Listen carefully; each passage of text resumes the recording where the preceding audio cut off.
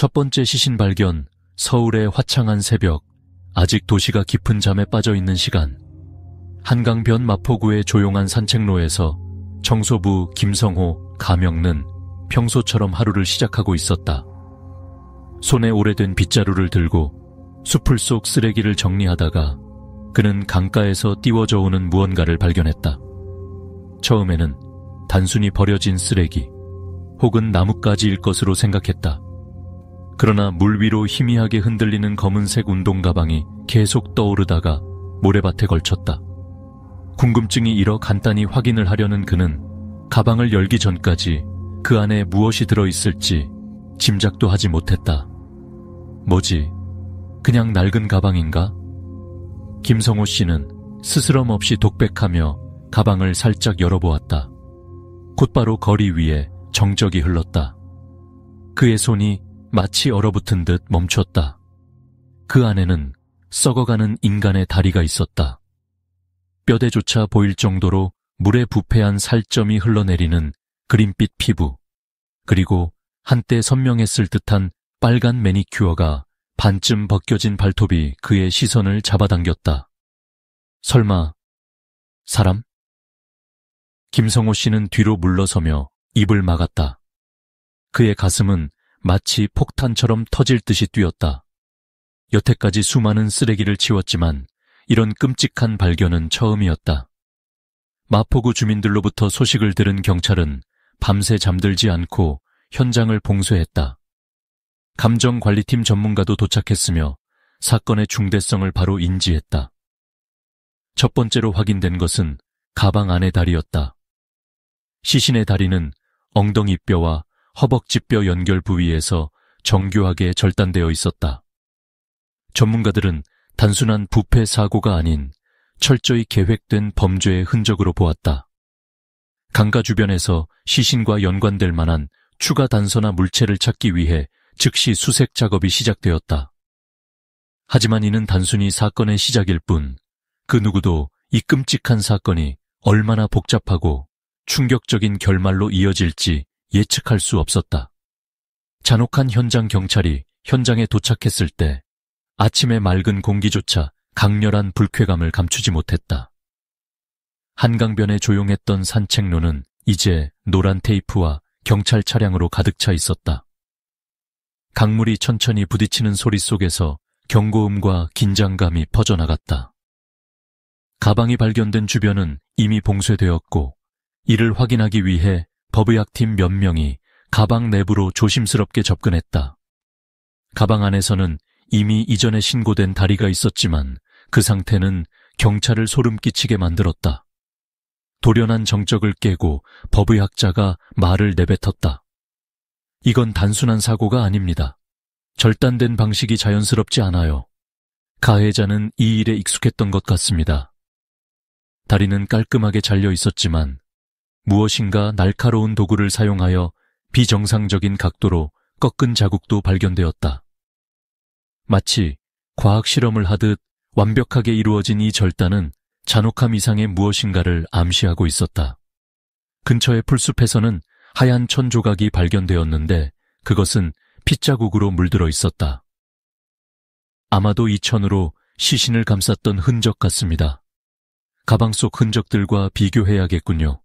한 범죄 현장 분석관이 조심스럽게 말했다. 냄새는 더욱 강해졌고 멀리서 유사한 가방들이 추가로 발견되는 소식이 전해졌다. 경찰관들 사이에서는 긴장감이 최고조에 달했다. 여기 더 많은 흔적이 있다. 강하류로 가자. 한 경찰이 외치며 하류 쪽으로 달려갔다. 강하류에서 발견된 또 하나의 백은 이전의 백과 똑같은 형태이고 크기였지만 내부에는 물이 충분히 스며들어 이전 것보다 더욱 훼손된 상태였다. 그 안에서는 인간의 손이 마치 자르고 남겨진 부품처럼 담겨 있었다. 손은 나무십과 함께 엉켜 있었고 손톱 끝에는 희미한 핏빛 흔적이 여전히 남아 있었다. 이건 단순히 사람을 죽인 것이 아닙니다.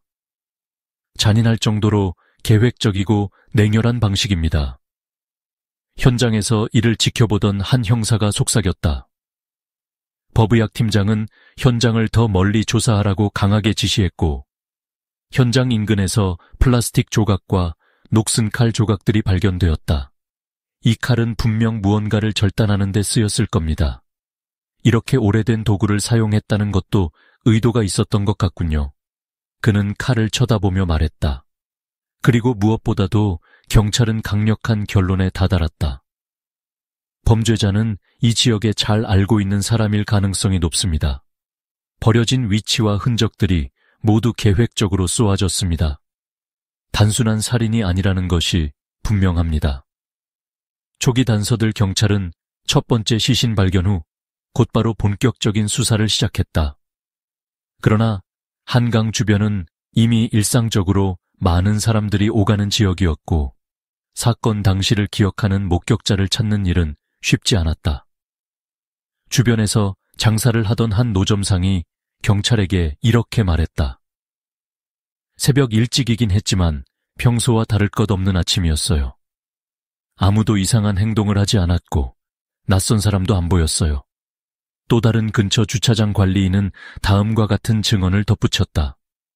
밤중에 이상한 차 한 대가 주차하더니 1시간 정도 머물다가 급히 떠난 걸 봤습니다. 번호판이 기억나진 않지만 검은색 승용차였어요. 뭔가 허둥지둥해 보였던 것 같아요.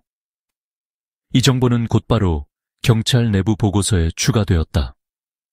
다행히 주차장에 설치된 CCTV가 이를 뒷받침할 수 있을 것으로 보였다.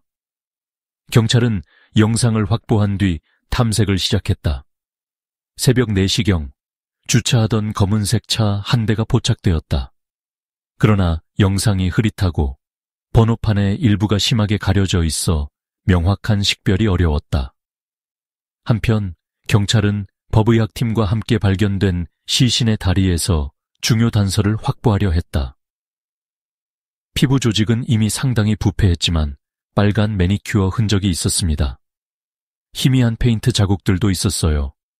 이건 무언가 강제로 끌려갔던 흔적일 수도 있습니다. 법의학자가 말했다. 이어서 법의학자는 절단 부위를 보면 매우 날카로운 도구로 자른 것임이 확실합니다. 절단면이 깔끔한 걸 보니 아마 범인은 굉장히 냉정하게 계획하고 실행한 흔적이 보입니다. 라고 덧붙이며 이 사건이 단순히 우발적 범죄가 아닐 가능성을 제시했다. 또한 주변 강가에서 경찰은 고무장갑 한 켤레와 작은 흙더미로 덮인 가방 조각들을 발견했다. 이 물건들은 사건과 직접적인 연관이 있을 가능성이 높았다. 이 장갑 안쪽에 무언가 쓰여 있어요. 번호가 적혀 있는데 비밀번호처럼 보였습니다. 형사가 속삭이듯 말했다. 수사를 진행하면서 경찰은 추가적으로 인근 도로에서부터 수킬로미터 떨어진 뒷골목에서도 붉은 핏자국이 묻은 헝겊 조각을 발견했다. 이 조각에서 기름 같은 흔적도 발견되었다. 우리가 찾고 있는 건 단순히 살인이 아닌 아마 이 사람을 철저히 유기하려 했던 어떤 계획일지도 모릅니다. 담당 수사관은 이렇게 말했다. 시간이 지날수록 사건은 점점 더 복잡해졌다. 추가 단서들이 발견될수록 범인의 정체는 더 알 수 없고 불길하게만 느껴졌다. 경찰은 점점 느껴지는 긴장과 압박 속에서 진실에 한 발짝씩 다가가기 위해 사력을 다하고 있었다. 둘째 날, 또 다른 끔찍한 발견 사건 발생 후 이틀째 되는 아침, 경찰은 여전히 한강 주변에서 시신과 관련된 추가 단서를 찾기 위해 대규모 수색 작업을 진행 중이었다. 그러나 그날 오후 수색팀이 아닌 강서구의 한 폐허 근처에서 주민의 신고 전화가 들어왔다. 신고자는 버려진 빈터에 있던 낡아빠진 여행용 가방에서 심한 악취가 난다는 말을 남겼다. 이거 어디서 날아온 건지 모르겠어요. 가방에서 뭔가 썩은 냄새가 심하게 나요. 이 근처엔 이런 게 있을 이유가 없는데 말이죠. 주민의 불안한 목소리가 전화기 너머로 들려오자 현장으로 급히 출동한 경찰팀은 긴장감을 감추지 못했다. 경찰이 현장에 도착했을 때 가방은 잡초가 무성한 빈터 한가운데 덩그러니 놓여 있었다. 크고 튼튼해 보이는 오래된 여행용 가방은 검정색에 가까웠고 지퍼 부분은 이미 녹슬어 있었다. 악취는 거리를 두고도 느껴질 만큼 강렬했고 주변을 맴도는 파리떼가 끔찍함을 더했다. 조심하세요. 이 가방 안에 뭐든 있을 수 있습니다. 경찰의 지시에 따라 수사관 한 명이 장갑을 끼고 가방을 천천히 열었다. 순간 동료들 모두가 눈살을 찌푸리며 뒤로 물러섰다. 가방 안에는 부패가 심각하게 진행된 여성의 상반신이 들어있었다. 이런, 믿을 수 없군요. 한 형사가 부르르 떨며 말을 잇지 못했다. 살점은 이미 상당 부분 떨어져 나가 있었고 내부 장기 일부가 사라진 상태였다. 여성의 얼굴은 심하게 변형되어 신원 확인이 거의 불가능했다. 법의학자는 신체 곳곳에서 발견된 오래된 물자국과 상처 흔적을 살펴보며 강력하게 말했다. 범인은 시신을 절단하기 전에 무자비한 폭력을 가했던 것 같습니다. 여기 이 상처들 보세요. 칼이나 뾰족한 도구로 자른 듯한 흔적이 분명합니다. 가방의 바닥에는 혈액과 혼합된 부패물에서 발견된 작은 머리끈과 가늘어진 목골격이 있었다. 그 목골격에는 도구로 인해 생긴 절단면들이 명백히 보였다. 이는 범인이 여성을 먼저 살해한 뒤 시신을 분리하였음을 강하게 시사했다. 현장 주변에서는 더 이상의 분리된 신체 일부는 발견되지 않았다. 그러나 수사관들은 가방 근처에서 범인의 것으로 보이는 검은 플라스틱 장갑 한 쌍을 추가로 발견했다. 이 장갑에서 지문이 나오길 바랄 수밖에 없군요. 현장에 또 다른 경찰관이 한숨처럼 내뱉었다. 현장을 철저히 수사한 경찰은 이 가방과 전날 한강에서 발견된 절단된 다리가 동일한 사건임을 확신했다. 가방 내부에서 발견된 피부 조직과 매니큐어 잔여물까지도 동일한 특징을 공유하고 있었다. 범인은 매우 대담합니다. 하루 사이에 이렇게 다른 장소에 여러 단서를 남기다니 분명 우리의 수사를 혼란시키려는 의도일 겁니다. 이제 경찰의 수사는 새로운 국면으로 접어들었다. 발견된 상반신과 연결하여 피해자의 신원을 파악하고 범인의 흔적을 좁혀가는 것이 남은 과제였다. 그러나 점점 명백해지는 범행의 잔혹함은 경찰들 사이에서도 점차 공포와 분노를 키웠고 그 기분은 점점 긴박감으로 이어졌다. 법의학 감정 및 신원 확인 경찰은 발견된 시신 조각들을 국립법의학연구소로 즉시 이송하였다. 이 사건이 단순히 우발적 사고가 아니라는 강한 직감을 느낀 경찰은 법의학 감정을 통해 보다 구체적인 단서를 확보하기 위해 밤낮 없이 움직였다. 국립법의학연구소의 실험실은 압박감과 긴장감으로 가득 찼고 사체의 상태를 분석하려는 전문가들의 손길은 조용하면서도 급박하게 움직였다. 법의학 팀장 이재현 박사는 시신을 처음으로 검토한 순간부터 사건의 심각성을 깨달았다. 그는 고글 너머로 조각난 몸을 관찰하며 팀원들에게 차분하게 지시했다. 피부 조직이 너무 오랜 시간 물에 잠겨 있었습니다. 그러나 다리에 있는 매니큐어 흔적과 약간의 문신 자국이 보이는군요. 이 문신에서 피해자의 첫 번째 실마리를 찾을 수 있을 겁니다. 법의학자들은 시신의 절단된 부위를 세밀히 검사하고 범인이 사용한 도구에 대한 정보를 얻기 위해 절단면을 정밀 분석했다. 절단면이 이처럼 매끈한 걸 보면 범인은 매우 날카로운 전동 도구를 사용한 것 같습니다. 그리고 절단 과정에서 주저하거나 망설인 흔적이 전혀 없어요. 이는 경험이 있거나 정서적으로 냉정했을 가능성을 시사합니다. 이재현 박사는 부패한 피부 조직 일부를 채취하여 DNA 검사에 착수했다. 결과는 몇 시간 뒤 나올 예정이었다. 그러나 그는 단순히 결과만으로 모든 퍼즐 조각이 맞춰지지 않음을 알고 있었다. DNA뿐만 아니라 신체 곳곳의 상처 패턴에서도 범인의 심리와 행동이 드러납니다. 이런 잔혹한 패턴은 범인의 깊은 무언가를 반영하고 있을 겁니다. 라고 중얼거렸다. 몇 시간이 흘렀고 마침내 DNA 분석 결과가 나왔다. 피해자는 20대 초반의 젊은 여성으로 확인되었다.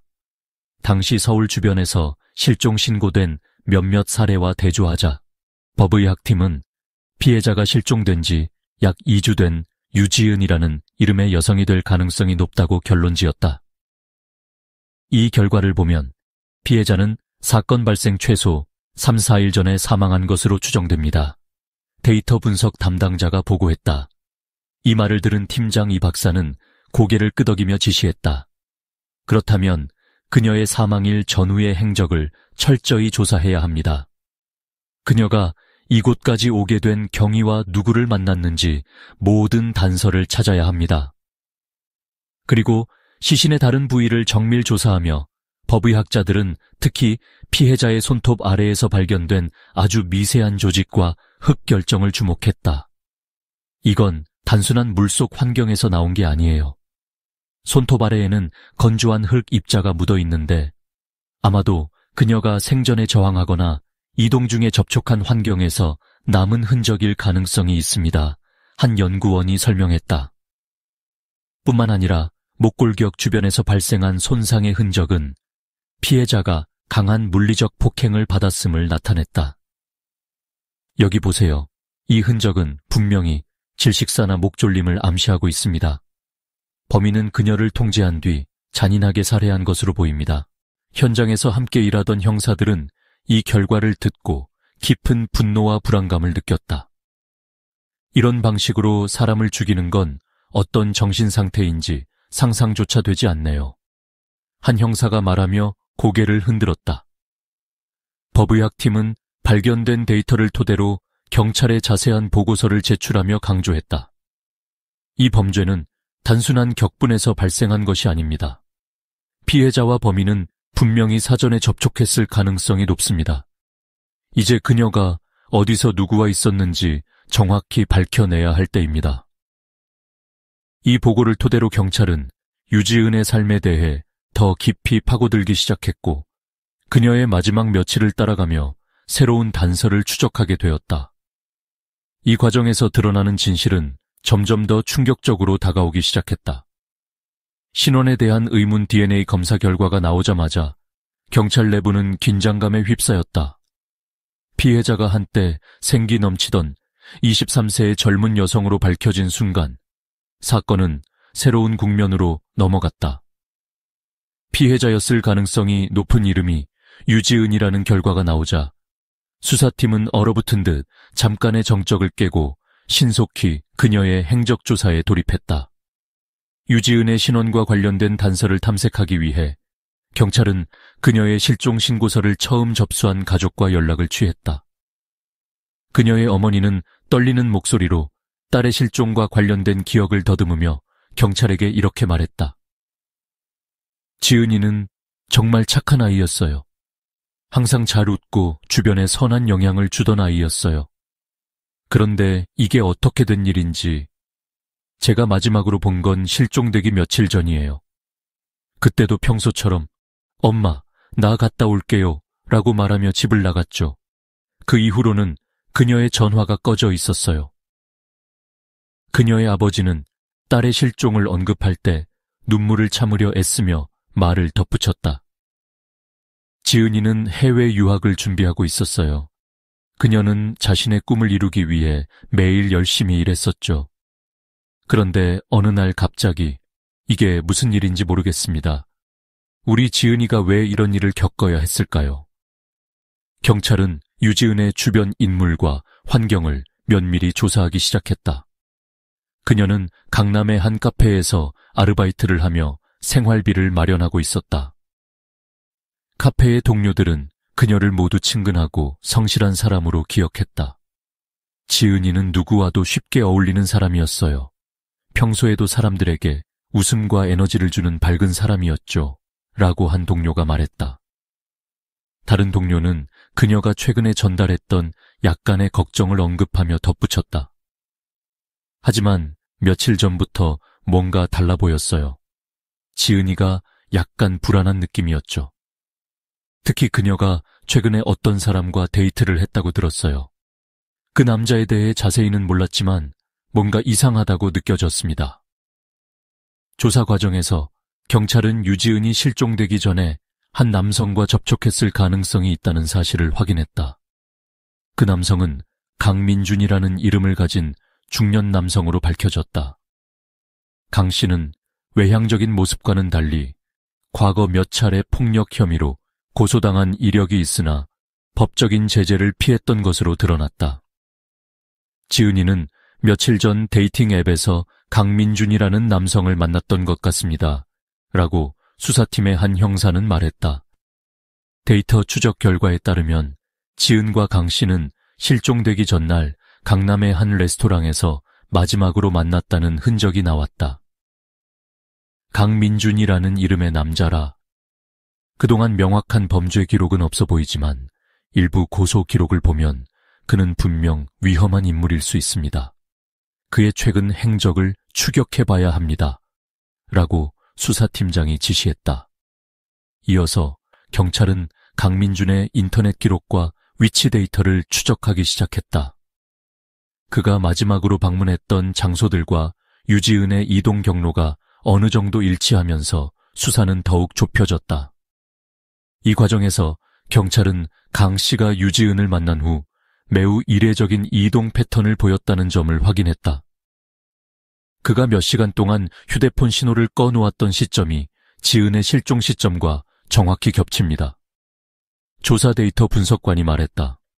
이는 강민준을 주요 용의자로 지정하기에 충분한 이유였다. 수사가 진행되면서 점점 더 많은 사실이 드러나기 시작했다. 피해자인 유지은의 마지막 목격 정보와 용의자인 강민준의 흔적 사이의 접점이 점점 선명해지면서 경찰은 결정적인 증거를 찾기 위해 본격적인 압박 수사에 들어갔다. 유지은의 삶. 유지은은 서울 강남의 한 작은 북카페에서 아르바이트를 하며 생활비를 마련하고 있었다. 그녀는 매일 아침 일찍 출근해 책을 정리하고 손님들에게 음료를 제공하며 바쁜 하루를 시작했다. 단순한 카페 아르바이트생처럼 보였지만 그녀의 얼굴에는 언제나 밝은 미소가 떠올라 있었다. 그녀를 알고 지낸 모든 동료들과 손님들은 그녀를 친절하고 따뜻한 사람으로 기억했다.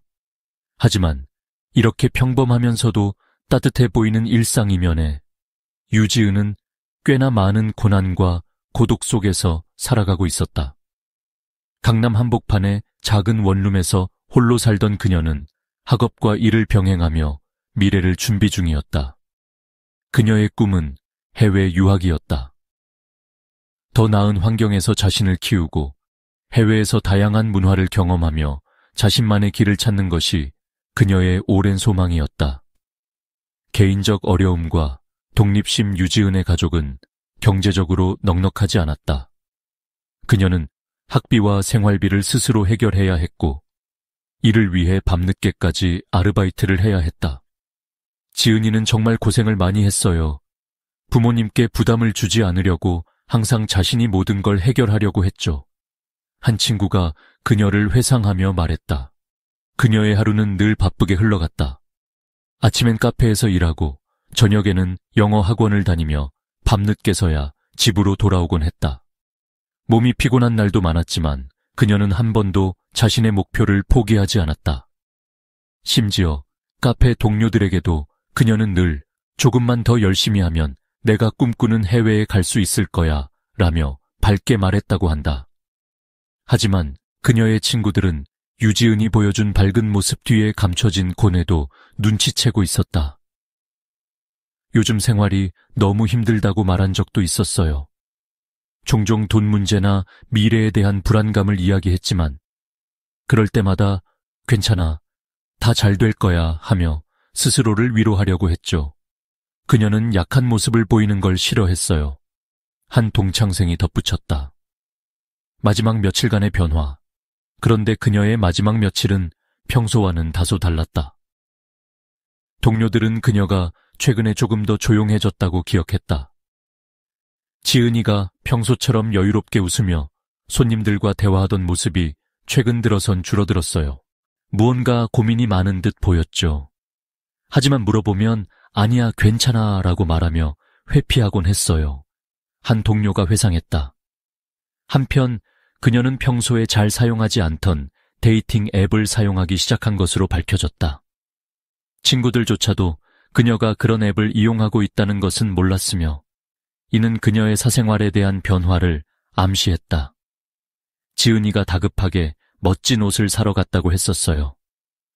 중요한 사람을 만나러 간다는 말을 짧게 했는데 구체적으로는 무슨 말인지 물어보지 못했죠. 또 다른 친구가 안타까운 마음으로 말했다.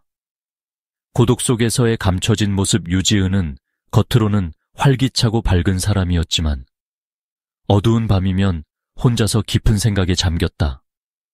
혼자 사는 원룸에서는 친구와 가족조차 그녀가 어떤 고민을 안고 있었는지 명확히 알 수 없었다. 그녀는 뒤늦게야 찾아온 외로움과 현실의 무게에 숨죽이며 울곤 했다고 한다. 사건이 벌어진 후 그녀의 집에서 발견된 일기장엔 이런 내용이 적혀 있었다. 나는 항상 괜찮다고 말하지만 정말로 괜찮은 걸까? 외롭지만 티내고 싶지 않다. 사람들이 날 어떻게 생각할지 모르지만 난 강해져야 해. 언젠가 자유를 느끼며 웃을 수 있는 사람이 되고 싶다. 이 일기는 그녀의 내면 깊은 곳에서 느껴지던 외로움과 동시에 스스로를 다독이며 살아가려는 강한 의지를 보여주었다. 의심스러운 인물 유지은의 실종과 끔찍한 범죄에 대한 수사가 점점 깊어지면서 경찰은 그녀가 마지막으로 접촉했던 인물 중 하나인 강민준이라는 이름의 남성에 집중하기 시작했다. 강민준은 데이팅 앱을 통해 유지은과 만난 중년의 남성으로 알려져 있었고 그의 이름은 수사 초기부터 여러 단서들에서 계속해서 등장했다. 강민준은 겉보기에는 성공한 사업가로 보였다. 그는 고급 정장을 입고 비싼 차를 몰며 외향적이고 세련된 인상을 풍기는 사람이었다. 하지만 그의 표정에는 어딘가 차가운 기운이 감돌았고 대화를 나누는 사람들에게도 쉽게 다가가기 어려운 인물이었다고 한다. 그는 뭔가 꺼림칙한 게 있었어요. 분명 점잖아 보이는 사람이었지만 그 뒤에 무언가 숨기는 듯한 느낌이 들었습니다. 과거 강민준과 업무적으로 접촉했던 한 동료가 경찰 조사에서 말하며 고개를 저었다. 강민준의 어두운 이력 조사가 진행되면서 강민준의 과거에 대한 놀라운 사실들이 밝혀졌다. 그는 몇 차례 폭력 혐의로 고소를 당한 적이 있었으나 항상 법적인 제재를 교묘히 모면해 온 기록이 있었다. 과거 그의 전 애인들은 강민준이 겉으로는 온화해 보였지만 눈에 보이지 않는 장소에서는 지극히 지배적이고 폭력적인 성향을 보였다고 증언했다. 처음엔 정말 다정하고 매력적인 사람이었어요. 하지만 시간이 지나자 그는 점점 나를 통제하려 했고 내가 그의 말에 따르지 않으면 화를 냈죠. 그의 분노는 너무 무서웠어요. 강민준의 전 애인 중 한 명이 용기를 내어 경찰에게 토로했다. 그녀는 강민준과의 관계를 끊고 난 후에도 오랜 시간 트라우마에 시달렸다고 밝혔다. 또한 강민준은 사업적으로도 몇몇 문제를 떠안고 있었다. 그는 성공한 사업가라는 이미지를 유지하기 위해 많은 빚을 지고 있었으며 이를 덮기 위해 위험한 관계를 맺고 있었다는 소문도 있었다. 그는 사교적인 것처럼 보였지만 자신의 이익을 위해 사람들과의 관계에 매우 치밀하게 접근했어요. 강민준과 일했던 전 동료가 덧붙였다. 수사의 방향 전환 유지은과 강민준이 데이팅 앱을 통해 처음 만났다는 사실이 수사팀에 의해 밝혀지자 경찰은 두 사람의 관계에 더욱 주목했다. 그들이 마지막으로 만난 장소는 강남의 한 고급 레스토랑이었다. 레스토랑 직원의 증언에 따르면 그날 강민준은 평소와 달리 조금 예민하고 불안해 보였다고 한다. 그들은 즐겁게 대화를 나누는 것처럼 보였어요. 하지만 그녀가 뭔가를 말했을 때 강민준 씨의 얼굴이 갑자기 굳어지더라고요. 분위기가 이상하게 변했어요. 라고 레스토랑에서 그들을 목격한 서버가 경찰에 말했다. 그들의 만남 이후 유지은은 그날 밤 가족과 친구에게 어떤 연락도 하지 않았으며 흔적도 없이 사라졌다. 경찰은 강민준의 알리바이를 조사하기 시작했다. 그의 행적은 수상쩍었다. 강민준은 유지은이 사라진 그날 약 2시간 동안 휴대폰을 꺼놓고 있었어요. 그 시간 동안 그가 어디에 있었는지는 명확히 밝혀지지 않았습니다. 데이터 분석관이 말했다. 더불어 그의 차량 블랙박스 데이터가 손상되어 있었으며 이는 고의적으로 정보를 삭제하려는 시도로 보였다. 위험한 강민준 경찰은 강민준의 아파트를 수색하며 그의 어두운 의도를 점점 더 확신했다. 그의 집에서 발견된 노트북에는 유지은의 소셜미디어 페이지와 개인 정보를 검색한 기록이 남아 있었다. 또한 그의 방에서는 다량의 흙이 묻은 신발과 검은 고무장갑이 발견되었는데 이 장갑은 강서구에서 발견된 시신 일부 근처에서 발견된 장갑과 디자인과 재질이 일치했다.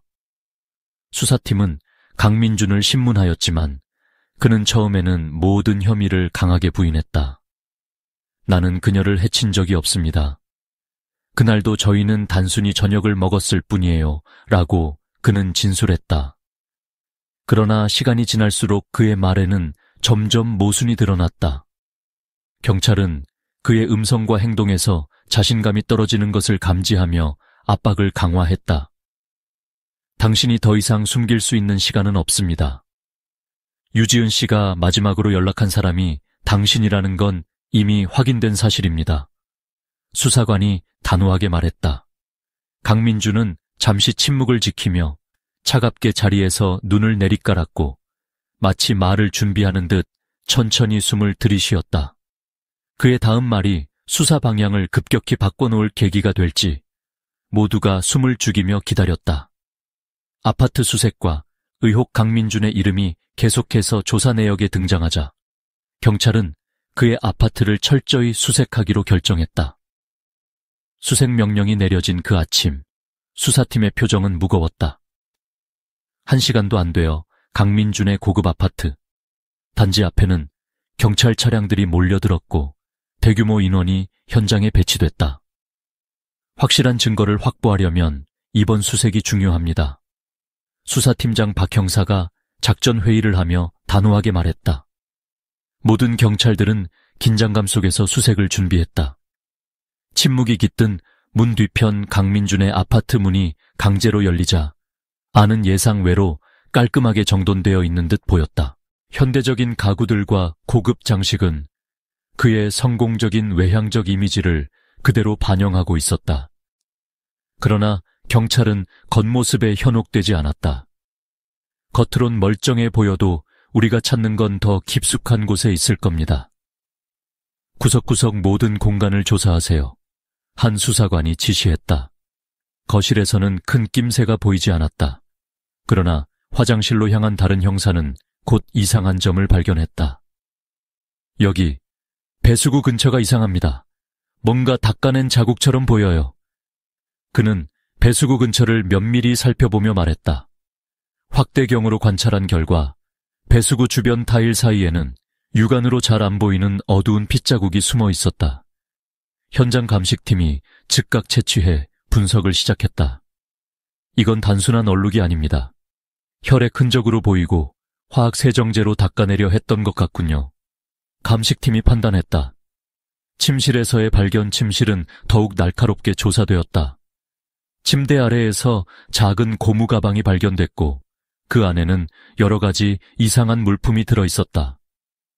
여기 안에 플라스틱 끈, 녹슨 칼, 그리고 묘하게 생긴 검은 고무장갑이 있습니다. 경찰 한 명이 손을 떨며 말했다. 그 장갑, 강서구에서 발견된 시신 옆에서 쓰러져 있던 장갑과 비슷한 디자인이네요. 다른 형사가 즉시 반응했다.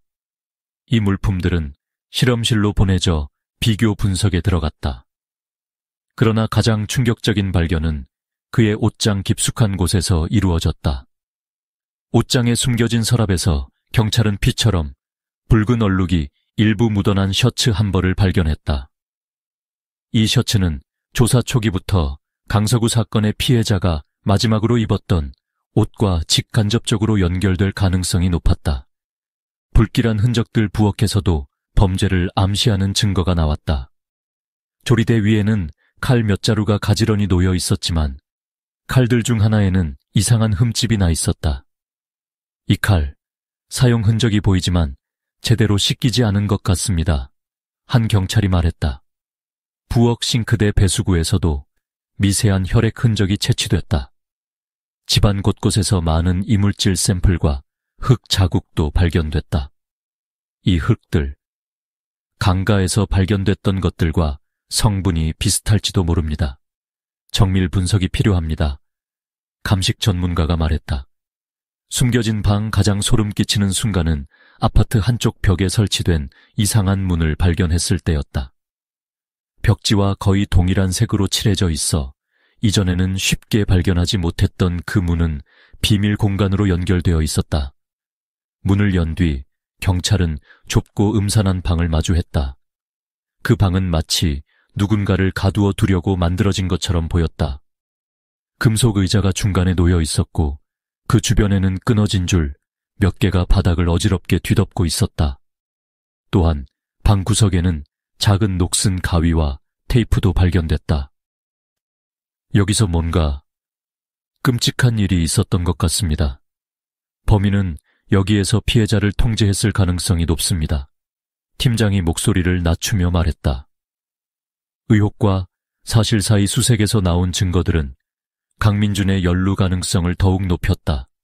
하지만 그는 여전히 모든 혐의를 부인했다.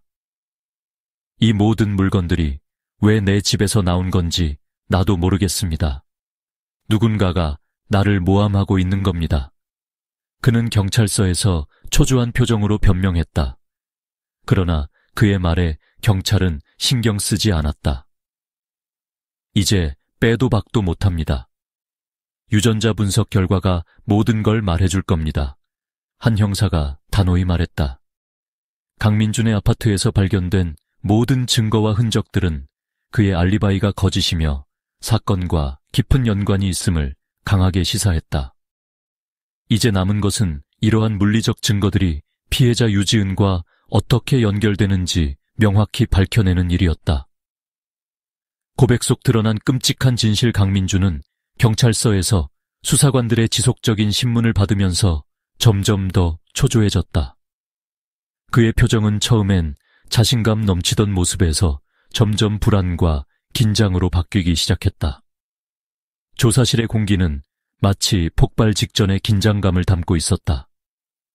수사관들은 그의 모순적인 발언과 표정의 변화를 포착하며 그에게 조금씩 압박을 가하기 시작했다. 강민준 씨, 모든 증거가 당신을 범인으로 지목하고 있습니다. 이젠 더 이상 부인해봤자 소용없습니다. 우리가 지금 다 알고 있습니다. 한 수사관이 단호하게 말했다. 긴 침묵이 흐른 뒤 강민준은 고개를 숙여 깊은 한숨을 내쉬었다. 그의 어깨는 점점 내려앉았고 손은 떨리고 있었다. 첫 번째 고백, 단순한 변명. 난 그럴 의도가 아니었어요. 모든 게 너무 갑작스러웠어요. 강민준이 처음으로 입을 열며 말을 더듬거렸다. 하지만 그의 말은 시작부터 자신을 변명하려는 태도로 들렸다. 의도가 없었다고요?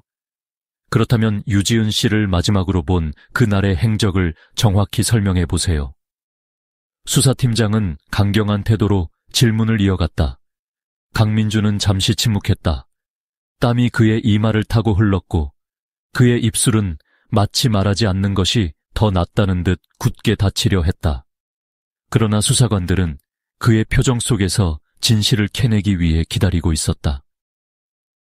우리는 단지 저녁을 같이 먹고 이야기하다가 그녀가 내 아파트에 왔던 겁니다.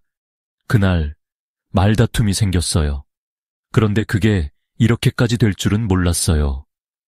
강민준은 처음으로 더듬거리며 말했다. 진실의 실타래가 풀리다 수사관들은 이 말을 계기로 더 깊게 파고들기 시작했다. 말다툼이요. 말다툼이 어떻게 유지은 씨가 숨지게 된 상황으로 이어지는지 정확히 말해보세요. 무엇을 숨기고 있나요? 강민준은 몇 분 동안 말을 잇지 못했다. 손은 더욱 심하게 떨렸고 그는 좌우를 살피며 마치 도망칠 곳이 있는지 확인하려는 듯한 시선을 보였다. 그러더니 갑자기 목소리를 높이며 절규했다. 내가 원한 게 아니었어요. 그녀가 갑자기 화를 내며 내게 말도 안 되는 소리를 했어요. 그래서 내가 그만 뭐요? 끝까지 말하세요, 강민준 씨. 수사관이 강하게 외쳤다. 결국 강민준은 무너진 듯 고개를 숙이고 체념한 듯한 목소리로 진실을 털어놓기 시작했다. 유지은 씨가 나와 말다툼을 하다가 나를 모욕하는 말을 했어요. 그 순간 너무 화가 났습니다. 제분을 참지 못하고 그녀를 밀쳤습니다. 그녀가 넘어졌고 머리를 부딪혔어요. 점점 더 밝혀지는 잔혹함. 수사관들은 이 진술에 의문을 품었다. 그냥 넘어졌다고요? 그렇다면 왜 시신을 훼손하고 강해버렸는지 설명해 보세요. 단순히 사고였다면 이렇게까지 했을 이유가 없지 않습니까? 강민주는 말을 잇지 못했다. 결국 그는 전모를 털어놓기 시작했다. 유지은이 머리를 부딪힌 뒤 의식을 잃자 패닉 상태에 빠진 강민주는 그녀가 숨졌다는 것을 확인하고 혼란스러워했다. 그러나 그는 경찰에 신고하지 않고 모든 상황을 자신의 손으로 처리하려는 끔찍한 결정을 내렸다. 그녀가 죽은 뒤 내가 잡히면 내 인생은 끝난다고 생각했습니다. 그래서 그녀를 아무도 찾지 못하게 하려고 했어요. 그는 낮은 목소리로 고백했다. 그의 말은 점점 더 소름이 끼칠 정도로 구체적이었다. 그는 먼저 그녀의 시신을 훼손하기로 결심했다. 부엌에서 칼을 가져와 시신을 절단했다는 말은 조사실에 있던 모든 사람을 충격에 빠뜨렸다. 나도 이게 얼마나 끔찍한 일인지 알아요. 하지만 다른 방법이 없었어요. 그래서 한강에 가방을 던지고 일부는 다른 장소에 버렸습니다. 경찰들의 반응. 강민준의 끔찍한 고백은 조사실에 있던 모든 사람들에게 깊은 충격을 안겨주었다. 조사관들 중 한 명은 분노를 참지 못하고 주먹을 꽉 쥔 채 고개를 숙였다. 다른 형사는 강민준을 노려보며 이 악에 찬 목소리로 말했다. 당신 같은 사람이 어떻게 사람이라고 할 수 있습니까? 이 끔찍한 짓을 저지르고도 여태까지 뻔뻔하게 거짓말을 했단 말입니까? 그러나 팀장은 냉정을 유지하며 말을 이었다. 강민준 씨, 이제 모든 진실이 밝혀졌습니다. 더는 거짓말로 시간을 끌 수 없습니다. 남은 건 법의 심판을 기다리는 일뿐입니다. 강민준은 아무런 대답도 하지 못한 채 흐느끼는 소리만 냈다. 그의 체념한 표정이 죄책감을 드러내는 듯했지만 그 어떤 것도 그의 잔혹한 행위를 합리화할 수는 없었다. 극적인 추적 전 강민준의 고백과 함께 점점 더 밝혀지는 끔찍한 진실은 경찰 수사를 새로운 국면으로 이끌었다. 그의 진술을 토대로 경찰은 유지은과 관련된 마지막 단서를 찾기 위해 분주히 움직였다. 특히 강민준이 그녀의 시신 일부를 유기했다고 말한 장소를 조사하기 위해 대규모 수색팀이 긴급히 투입되었다. 하지만 강민준의 고백에는 모순점도 있었고 그의 말만을 근거로 수사를 진행하기엔 위험이 따랐다. 경찰은 그의 발언을 교차 검증하며 구체적인 증거를 수집하기 위해 모든 자원을 동원했다. 동시에 강민준이 의도적으로 혼란을 유발하려는 것인지 여부도 파악해야 했다. 추가 단촉과 긴급한 대처. 강민준의 자백 중 가장 중요한 정보는 시신의 일부, 특히 마지막으로 남은 중요한 부위인 머리를 어디에 숨겼는지에 관한 것이었다. 그는 머리를 인근의 폐공장 쓰레기 매립지에 유기했다고 말했지만 단서를 찾기는 쉽지 않았다. 그곳은 쓰레기가 매일 쌓이고 옮겨지는 곳이라 정확한 위치를 찾기 어려울 겁니다. 한 경찰관이 걱정스러운 톤으로 말했다. 하지만 수사팀장은 단호했다. 이건 마지막 증거입니다.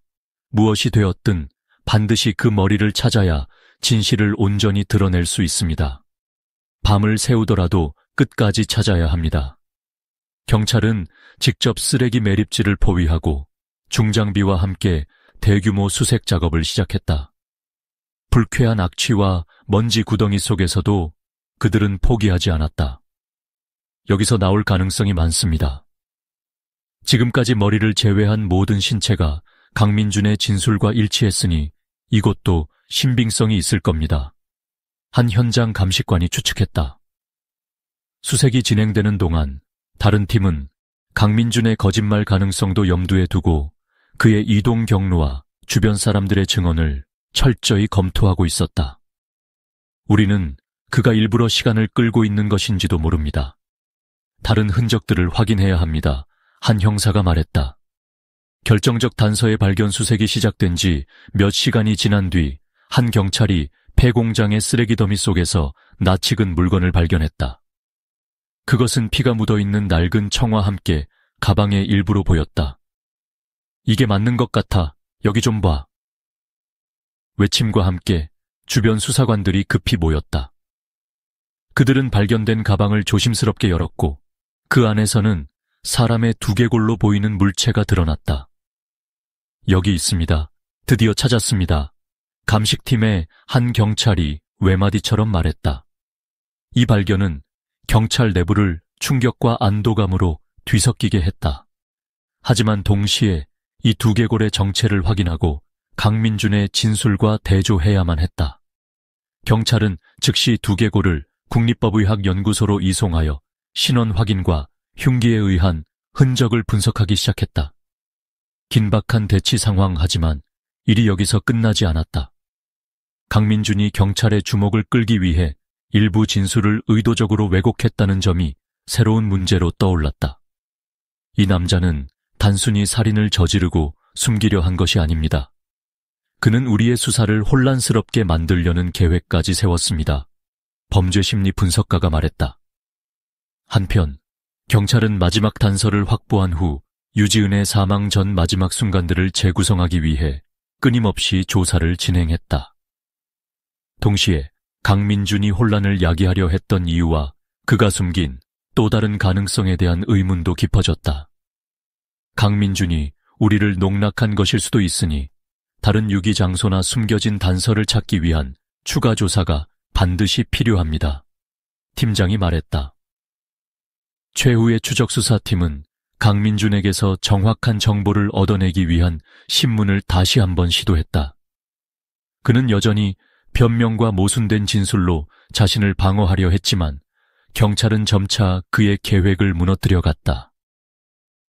결국 강민준은 지속적인 압박과 증거의 무게에 무릎을 꿇고 추가적인 사실을 털어놓았다. 그는 시신 일부를 다른 장소에도 유기했으며 그곳에서는 자신의 흔적이 절대 발견되지 않을 것이라 생각했다고 말했다. 경찰은 그의 진술을 바탕으로 또 다른 유기 장소를 찾아냈고 그곳에서도 피해자의 유류품과 관련된 추가 증거를 확보했다. 이로써 강민준의 거짓말과 계획이 완전히 폭로되었고 그는 도망칠 구멍 없이 법의 심판을 받을 수밖에 없는 상황에 놓였다. 법정과 판결 강민준이 체포된 후 그의 끔찍한 범죄는 전국적으로 엄청난 충격과 분노를 일으켰다. 사람들은 뉴스와 매체를 통해 사건의 전말과 그의 잔혹한 범행을 접하며 경악을 금치 못했다. 그러나 분노와 충격 속에서도 가장 중요한 것은 법원에서 정의로운 심판이 내려지는 것이었다. 재판은 서울중앙지방법원에서 진행되었다. 강민준은 살인, 시신훼손 및 유기라는 중대 범죄 혐의로 기소되었고 그의 사건은 대한민국 역사상 가장 끔찍하고 냉혹한 범죄 중 하나로 기록되고 있었다. 법정에 앉아있는 모두의 시선은 강민준에게 향했다. 그날 법정에서는 믿을 수 없을 만큼 무거운 긴장감이 감돌았다. 피해자 가족의 증언 피해자인 유지은의 부모가 법정에서 증언대로 나섰다. 그녀의 어머니는 딸의 마지막 모습을 회상하며 떨리는 목소리로 말했다. 지은이는 너무나 밝고 착한 아이였습니다. 그녀는 자신의 꿈을 이루기 위해 열심히 살아가는 아이였어요. 그런데 이제 이제 그녀는 이 세상에 없습니다. 딸의 삶을 무참히 빼앗아간 이 남자를 절대 용서할 수 없습니다. 그녀는 더 이상 말을 잇지 못하고 눈물을 쏟았다. 아버지는 딸을 잃은 비통함을 참으며 울분을 토해냈다. 이 나라에서 이런 잔혹한 범죄가 벌어졌다는 사실이 믿기지 않습니다. 내 딸은 그저 자신의 꿈을 향해 노력하던 평범한 사람이었을 뿐입니다. 그런데 이 남자는 그녀를 무참히 짓밟았습니다. 그가 아무리 후회한들 우리 가족에게 돌이킬 수 있는 날은 오지 않을 것입니다. 법정에는 피해자의 친구들도 나와 증언하며 유지은이 얼마나 선량하고 밝은 사람인지 회상했다. 그들의 눈물 섞인 목소리는 법정에 있는 모든 이들의 마음을 울렸다. 검사와 변호사의 대립 검사는 강민준의 범죄가 얼마나 계획적이고 잔혹했는지를 조목조목 설명하며 강한 형량을 요구했다. 피고인은 단순히 우발적인 살인을 저지른 것이 아닙니다. 그는 의도적으로 피해자를 살해한 후 그 시신을 끔찍하게 훼손하였습니다. 또한 수사 과정에서 여러 번 거짓 진술을 하며 수사를 혼란스럽게 만들었습니다. 이런 잔악한 범죄의 대가로 그는 사회로부터 영원히 격리되어야 합니다. 반면 강민준의 변호인은 그의 범죄가 충동적으로 발생했다고 주장하며 감형을 호소했다. 피고인은 판결 직전까지 자신의 행동을 깊이 후회하며 피해자와 가족들에게 사죄하고 있습니다. 물론 그의 행동은 용서받을 수 없으나 그는 스스로 모든 것을 자백하며 수사에 협조했습니다. 이는 감형의 여지가 있다고 봅니다. 그러나 이러한 변론은 법정에 앉아있는 사람들에게 설득력을 가지지 못했다. 피해자 가족들과 많은 방청객들은 강민준의 변호인을 향해 분노의 시선을 보냈다. 최후 진술 강민준은 재판 마지막 날 최후 진술을 위해 증언대에 섰다. 그는 고개를 숙인 채 낮은 목소리로 말했다. 저는 제가 저지른 죄를 인정합니다. 저는 제 잘못을 후회하고 있습니다. 피해자와 그 가족들에게 진심으로 사죄드립니다. 하지만 제가 어떤 말을 하더라도 그들의 고통을 줄일 수 없다는 것을 알고 있습니다. 저는 평생 이 죄책감을 안고 살아가야 할 것입니다. 그러나 그의 말은 법정에 있는 사람들에게 아무런 공감을 불러일으키지 못했다. 그의 진술은 이미 들은 수많은 증거와 증언, 그리고 그의 냉혈한 행동을 덮을 수 없었다. 판결의 순간 법정이 잠시 정적에 휩싸인 후 재판장이 무겁게 입을 열었다. 피고인 강민준은 사회에서 도저히 용납할 수 없는 극악무도한 범죄를 저질렀습니다. 그의 행동은 피해자에게 극심한 고통을 주었을 뿐만 아니라 피해자 가족과 사회 전체에 엄청난 충격을 안겼습니다. 피고인은 자신의 행동에 대한 책임을 져야 하며 법의 정의는 반드시 실현되어야 합니다. 그러고 나서 재판장은 폭넓은 범죄 사실과 증거, 강민준의 행적을 거론하며 최종 판결을 내렸다. 피고인 강민준에게 사형을 선고합니다. 이 말이 떨어지는 순간 피해자 가족들은 조용히 눈물을 흘렸다. 법정 안에서는 그 누구도 박수나 소리 대신 무거운 침묵 속에서 판결을 받아들였다. 강민준의 표정은 침울했지만 그 누구도 그의 감정에 관심을 기울이지 않았다. 사회적 반응 이 사건의 판결은 대한민국 전역에 큰 반향을 일으켰다. 사람들은 사형 선고에 대해 논쟁을 벌였지만 대다수는 강민준의 행위에 비춰볼 때 정의로운 판결이라고 입을 모았다. 사회의 반응, 강민준의 끔찍한 범죄와 사형 선고가 내려진 후 대한민국은 그야말로 큰 충격과 분노의 파도에 휩싸였다. 이 사건은 단순히 한 명의 목숨이 잔혹하게 희생된 이야기로 끝나지 않았다. 그것은 사람들이 느끼는 두려움, 슬픔, 분노, 그리고 사회가 가진 문제에 대한 깊은 성찰을 불러일으키는 계기가 되었다. 국민들의 충격과 분노 사건이 최초로 보도되었을 때 대중은 믿을 수 없다는 반응을 보였다. 특히 유지은이 데이팅 애플리케이션을 통해 강민준을 만났다는 사실은 많은 사람들에게 경각심을 주었다. SNS와 온라인 커뮤니티에서는 누구든 이런 일을 당할 수 있다. 우리 사회에서 누구를 믿어야 할지 모르겠다는 글들이 넘쳐났다. 어떻게 사람이 저런 비인간적인 짓을 할 수 있죠? 피해자의 고통이 얼마나 엄청났을지 상상도 하기 싫어요. 나도 데이팅 앱을 사용해 본 적이 있는데 이젠 너무 무서워서 못할 것 같아요. 모든 사람이 잠재적인 위험으로 보일 정도로 충격적입니다. 특히 여성들 사이에서는 데이팅 앱 사용에 대한 불안과 동시에 사회 전반의 성범죄 예방책에 대한 목소리가 점점 높아졌다. 많은 사람들은 단순히 이 사건을 범인의 잔혹함으로 치부하지 않고 어떻게 이런 일이 벌어졌는지에 대한 사회적 고민을 시작했다. 피해자 추모와 애도 유지은의 사망 소식이 뉴스에 전해진 뒤 그녀를 애도하는 움직임이 전국적으로 확산되었다.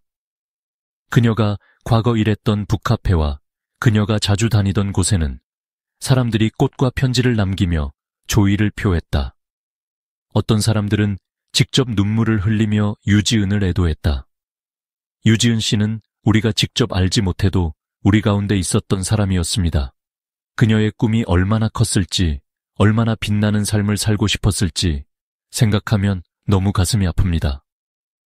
온라인상에서도 사람들이 유지은을 기리며 그녀의 가족들에게 위로의 메시지를 남겼다. 그녀가 남긴 일기 내용이 공개되면서 사람들이 그녀의 인간적인 고뇌와 강한 의지를 다시 한번 느낄 수 있었다. 사형 판결에 따른 논란 사형 판결은 강력한 사회적 반향을 불러일으켰다. 많은 사람들은 이것이 정의의 실현이라고 외쳤다. 하지만 일부는 사형제도 자체에 대해 의문을 제기하며 논의가 커졌다. 강민준과 같은 인간은 이 세상에 존재해서는 안 됩니다. 사형은 당연합니다. 사형이 정말 답인가요? 우리는 그 사람을 처벌하기 위해 같은 방법으로 그의 생명을 빼앗아야 하나요? 이 논란은 단순히 여론의 대립을 넘어 한국 사회가 처한 형벌 제도와 인간 존엄에 대한 깊은 철학적 논쟁을 불러일으켰다. 그러나 이번 사건만큼은 범인의 잔혹함에 대한 중대한 사례로 기억되며 많은 사람들이 사형을 찬성하는 목소리를 높였다. 정책 당국과 전문가의 반응. 이 사건 이후 정부와 사법당국은 데이팅 앱이나 온라인 플랫폼을 통한 범죄 예방에 대한 강력한 대책을 논의하기 시작했다.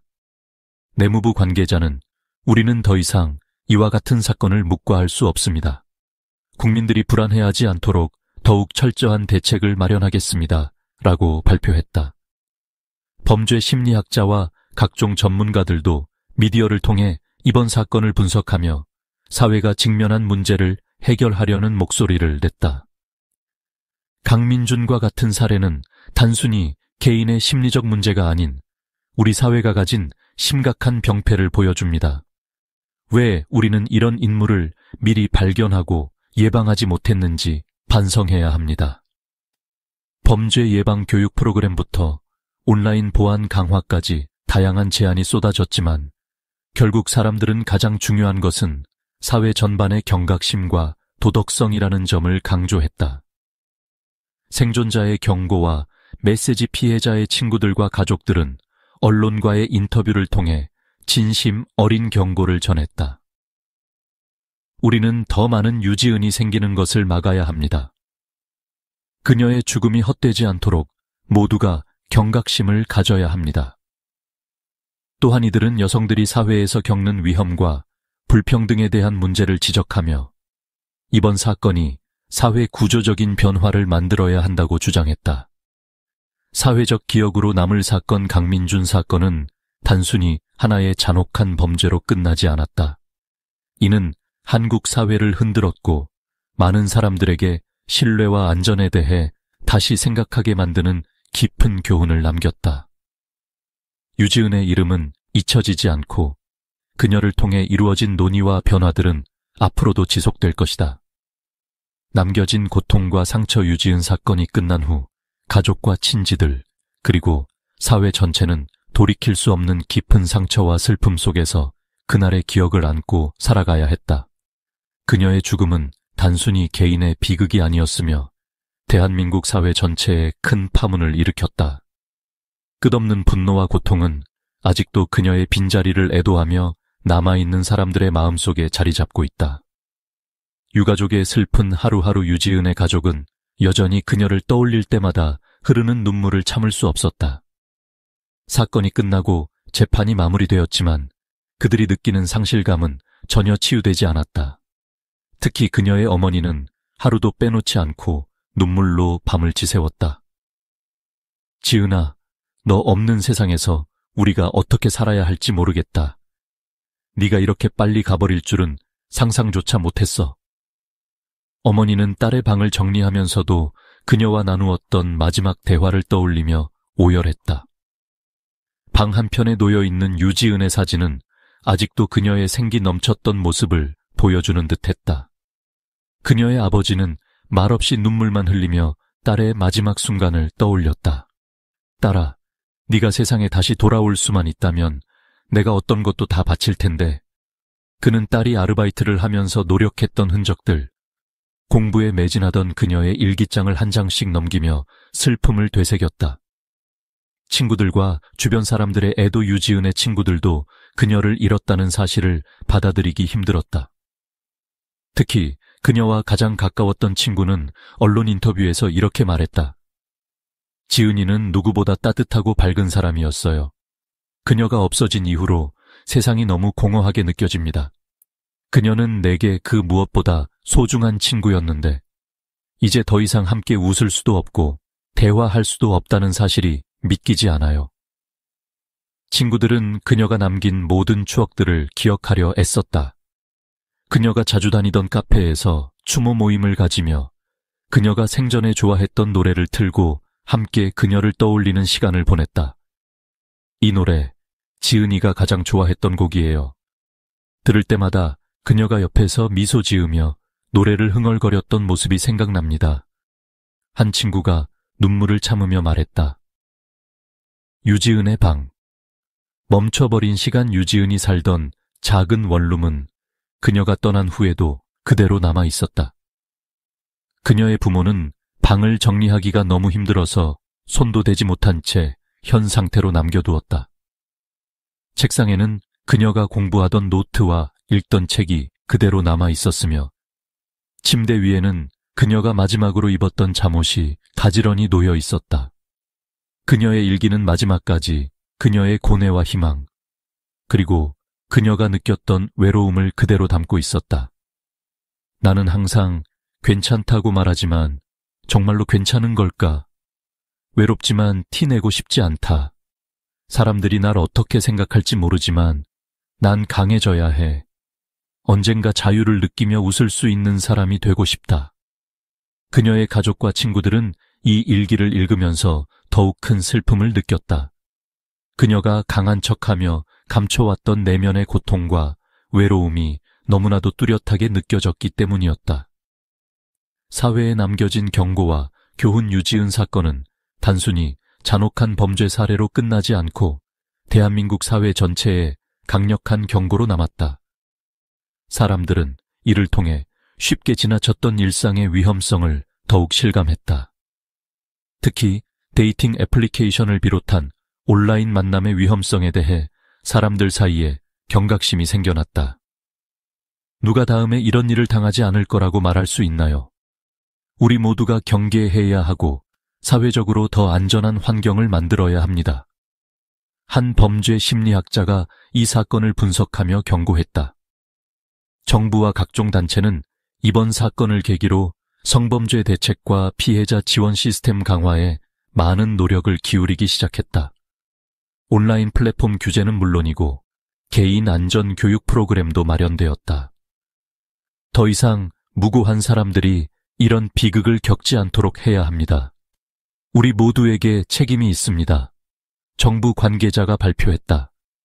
끝나지 않는 슬픔 속에서의 희망. 비록 유지은은 이 세상을 떠났지만 그녀를 위한 추모와 그녀의 이름으로 이루어진 사회적 변화는 계속되었다. 그녀의 이름이 새겨진 추모비가 세워졌고 사람들이 그곳을 찾아 그녀를 기억하며 더 안전한 사회를 만들겠다는 다짐을 다졌다. 그녀의 가족은 언론과 인터뷰를 통해 이렇게 말했다. 우리 딸은 이제 이 세상에 없지만 그녀가 준 사랑과 선한 영향력은 여전히 남아 있습니다. 같은 비극이 반복되지 않도록 하는 것은 우리 모두가 할 수 있는 최고의